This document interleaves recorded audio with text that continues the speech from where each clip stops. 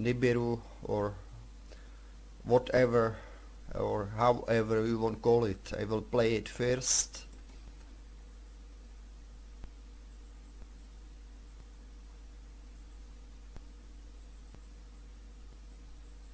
Clearly see second object under sun. No doubt about it. I will leave link in description box, and these images are taken by Skander Garby in South Africa webcam, May 26, 2015. So I will try to zooming a little bit. We can see some details. We'll try find best images for this.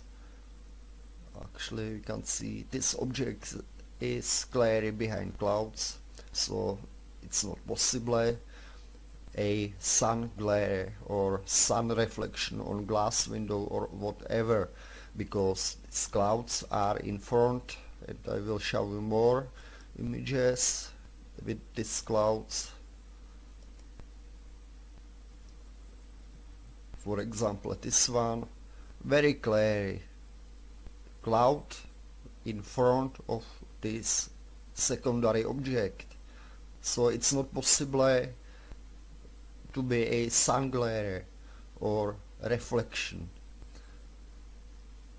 As I said, link is in the description box, you can see it for yourself, but as I said, it's not possible to be a sun glare. Be ready, be prepared, because governments do that same.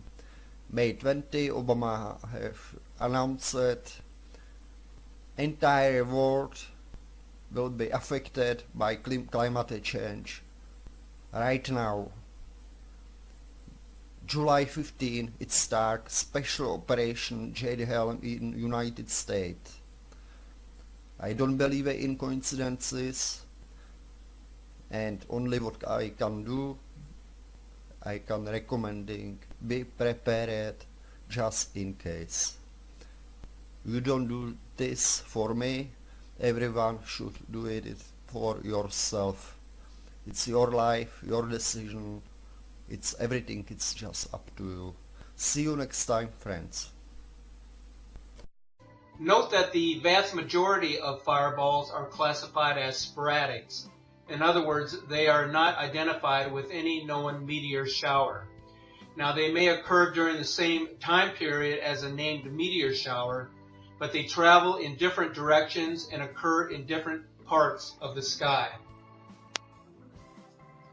So what's happening in our solar system? It appears that one of a couple of things is happening. The solar system. Now this chart shows NASA's identification of fireballs since October. The system is moving into an area of space where it is encountering a higher density of rocks and asteroids, along with the debris trails of some comets.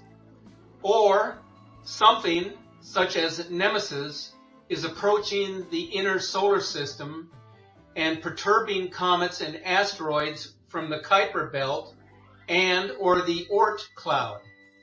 Now, the two scenarios are not exclusive, but the first scenario could also be triggered by the second. The Nemesis hypothesis proposes that the Sun has a companion star, a brown or red dwarf, in a highly elliptical orbit that periodically disturbs comets and asteroids in the Oort cloud, causing a large increase in the number of comets visiting the inner solar system and a consequential increase in impact events on Earth. Now, we're being told that the Nemesis twin sun has yet to be detected by NASA's Wide Field Infrared Survey Explorer telescope. But WISE has discovered several brown dwarfs in neighboring star systems. So, what exactly is happening in 2016? Well, as you will see by this chart, the fireballs continue to significantly increase.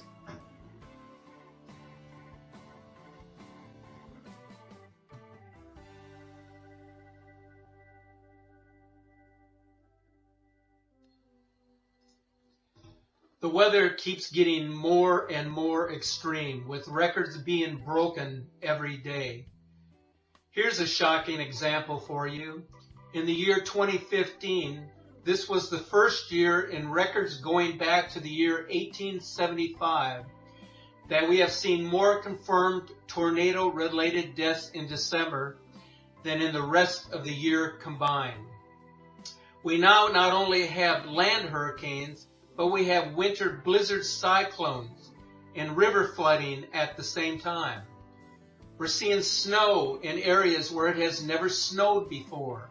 Vietnam, Laos, Taiwan, southern China, Okinawa, and the Caribbean. These are subtropical and tropical countries where they shouldn't have snow. Some of these places have received up to 7 or 8 inches of snow.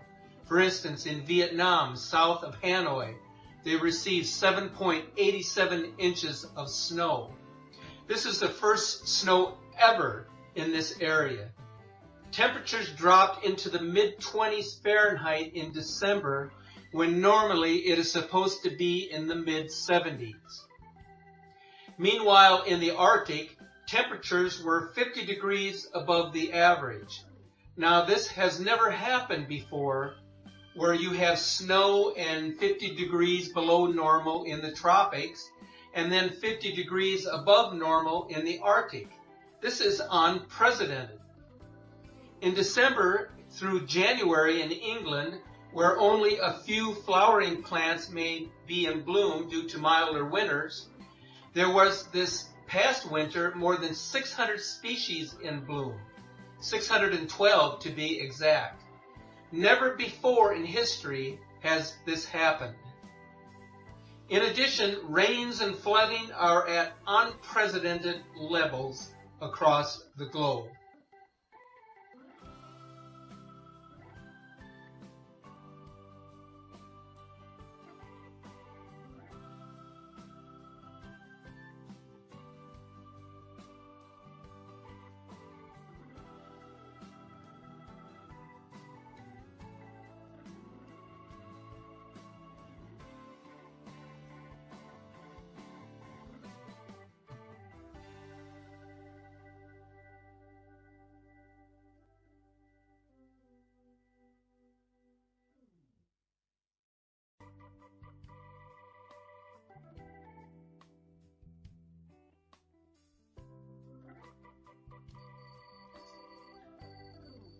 So one can argue that there is certainly evidence of the Planet X effect upon the entire Earth, causing it to wobble, which in turn causes seismic and volcanic activity, as well as extreme weather.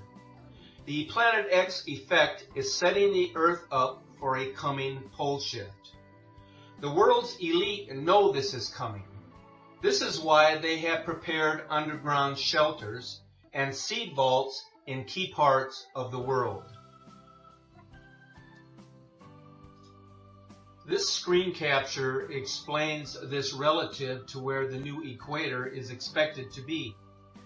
The hypothesis of a major pole shift is the belief that during the shift, the North Pole and the Arctic Circle will be pushed considerably to the south, thus causing the southern hemisphere and Antarctica to be pushed further north above the line of the equator. Now, we can see this playing out relative to this image, in which the Arctic Circle has been pushed into the region which is now South America, whereby the equator is no longer a straight line dividing the northern and southern hemispheres, but rather an erratic line that has been pushed much further to the north, where it is now situated in the heart of North America before dipping down to reach the southern tip of Australia. At the same time, Antarctica and the South Pole has been pushed up to where it is now situated in the region of China and Russia. So this is an interesting scenario and one worth considering when preparing for safe locations around the world. We are now in the preliminary stages of Earth's axis shift. The evidence of this can be seen in this photo taken after the earthquake, in which Kyushu Island in southern Japan was devastated. The drone footage you are about to see is absolutely astonishing. While watching this, it is difficult to believe the extent of the devastation that has taken place on Japan's southern island. In late April, a magnitude 6.5 earthquake was quickly followed by a magnitude 7.3 earthquake just 28 hours later. Those earthquakes made headlines all over the globe. But why was there such tremendous damage? Well, it turns out that those two major quakes worked in conjunction with more than 600 smaller quakes to cause historic devastation all across Kyushu. As you are about to see, giant fissures have opened up in the ground right along a fault line that runs directly across Japan's southern island. And this has a lot of people extremely alarmed. Once a major disaster falls out of the news, the rest of the world tends to forget about it. But for those on Kyushu, this crisis is far from over. Authorities are still scrambling to rescue those that have been stranded by the recent earthquakes. And at this point, it is a race against time. What is to happen during the coming polar shift could be best explained in a profound interview with Stuart Best, who is a documentary video producer, author, and publisher. As you listen to this 13-minute interview, you will be overwhelmed by his expertise regarding the coming pole shift, accompanied by a series of megaquakes and the days of darkness brought on by the arrival of Planet X. We have the North Pole and the South Pole. Mm-hmm. And we've always known it that way. North Pole's north, South Pole's south. And so it is. But it may not have been that way forever, and there is significant scientific evidence, perhaps even conclusive, that there have been prior polar shifts. In other words, where north goes south and south goes north, right? That's right. Now, absolutely. Now, how many times in our Earth's history do we think this has occurred? Well, it depends on the experts you look at, but from what we can gather, probably 7 to 8 times. They're just, I think partially they're guessing because of records, but it has happened a considerable number of times. From a biblical perspective, there is at least probably 2. I believe there was one before the creation of Adam and Eve, mm-hmm. that you'll find in Genesis. And then it appears as though when the time of Noah's flood came, that also may have incorporated at least a partial polar shift, if not a total one. And then a very interesting event occurred in the days of PLA, which occurred maybe 250 to 300 years after the flood, in which it says the earth was divided, and that would have been a gigantic earthquake, which, according to the ancient records, set up the nations as we know them today. The continents? Did it actually change continental formations? I mean, all right, well, let's get down to it. What do we think occurs? Oh, God, so many questions. First of all, how quick would a polar reversal occur? Well, the actual polar reversal, from what we can gain from the scriptures and from other documents, ancient documents, it occurs very rapidly, usually within a one-day period. So it occurs, when it finally goes, it goes extremely rapidly. A one-day period? Yes. And in one day, the North Pole goes to roughly the South Pole or some new location, and South goes to North? Yes. Okay, if that were to occur, what is our best guess about what would happen? Total destruction. basically. It would depend on where you were on the Earth's surface at the time the shift occurred, the direction of the shift. Let's say I'm in Nevada. I would think from the prophecies you'd be in a lot of trouble. Well, what do you mean? I think everybody in the United States of America is going to be in a lot of trouble. Because a shift... Define trouble. Destruction. You mean dead? Death, yes. Yes. Well, what would kill us? Well, let me just quote you from Isaiah, for example. Behold, the Lord maketh the earth empty, and maketh it waste, Yep. and turneth it upside down, and scattereth abroad the inhabitants thereof. Okay, translate that into what that might mean scientifically. Well, scientifically, that would mean that in a very short period of time, the North Pole becomes the South Pole, Right. and actually probably goes beyond it. Sure. Because... No, but I mean effects. When that happened, what... total destruction. By what means? By means of, well, shall we say, outside, almost outer space, cold coming down to the surface. The scriptures indicate a tremendous roll cloud develops. If you've seen major squall lines, you've seen these roll clouds. Oh, listen, brother, I used to chase them.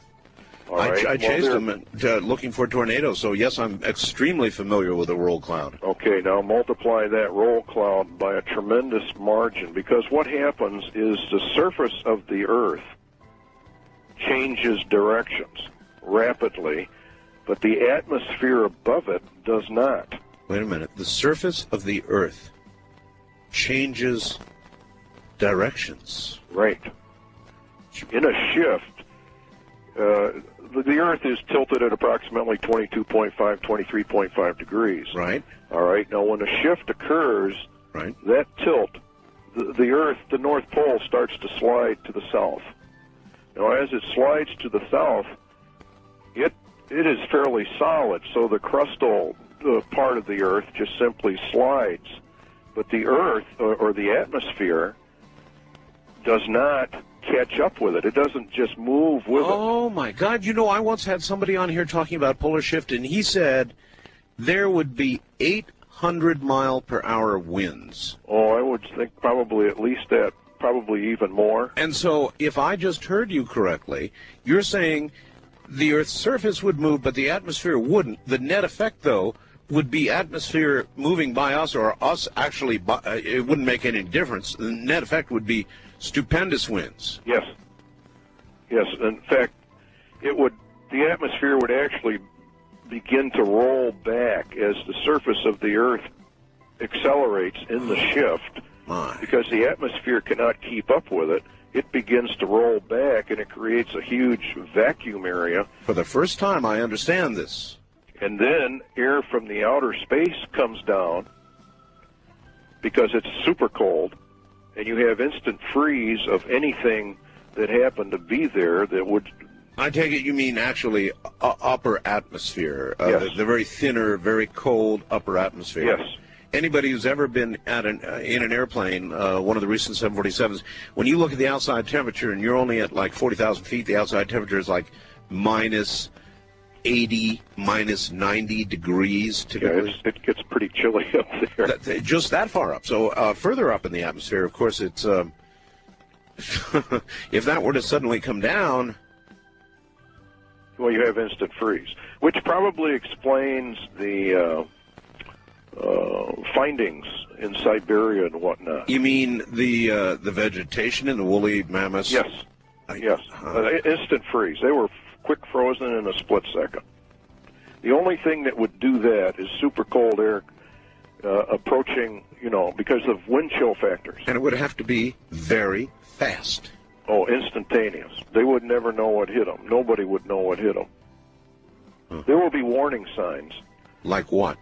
Well, we're already getting the warning signs. We're seeing changes in the weather patterns. The patterns are getting more and more violent. Boy, I'll tell you, there's no question about that. I think we're in the preliminary stages of a polar shift. Of a polar shift. Now, let me tell you a little story. This is a true story. I could read it because I've got it here somewhere, but I know it by heart. The Fujita scale of tornadoes actually goes to 12, but that's just an academic study. On Earth, in our atmosphere, it is impossible to have any, the scientists say anyway, meteorologists, impossible to have anything greater than what's called an F5 tornado at 318 miles per hour.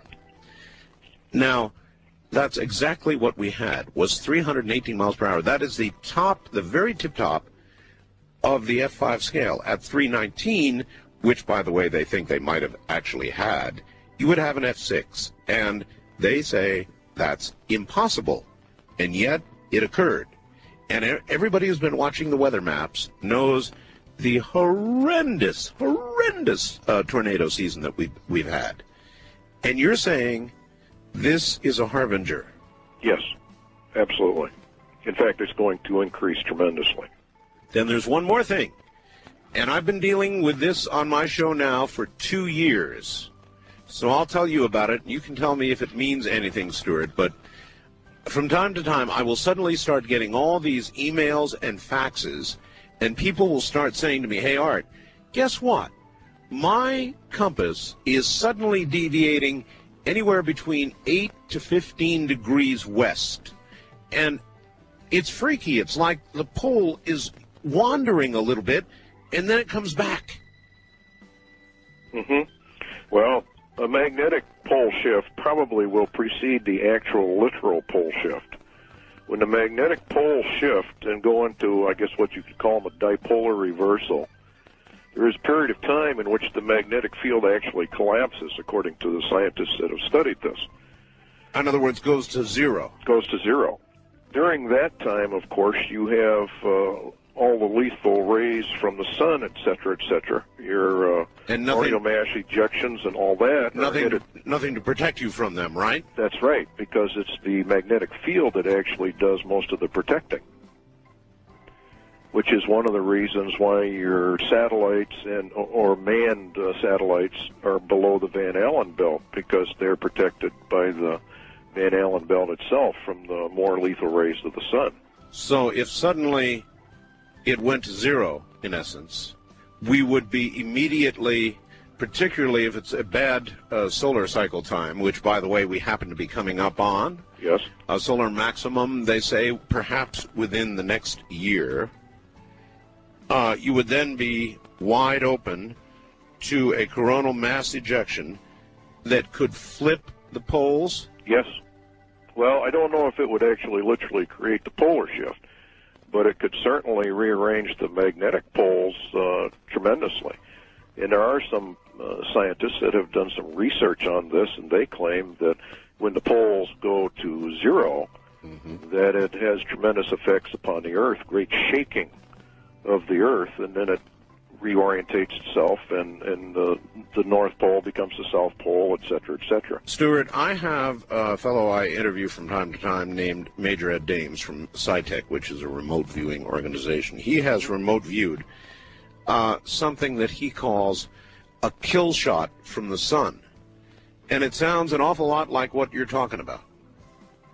Could well be. There's no question that the sun is involved in this, because the time of the polar shift, according to the scriptures, and the time of a solar nova are the same. The Bible indicates in the Old Testament that the moon will give off the light of the sun, and the sun will give off 7 times the light it has now. Now, that can only be described as a mini nova.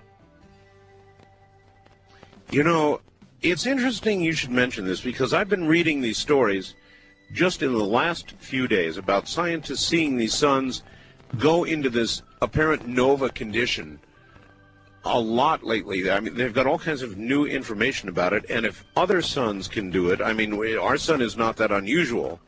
That's right. It could do it too, couldn't it? It not only could, according to the prophecies, it will.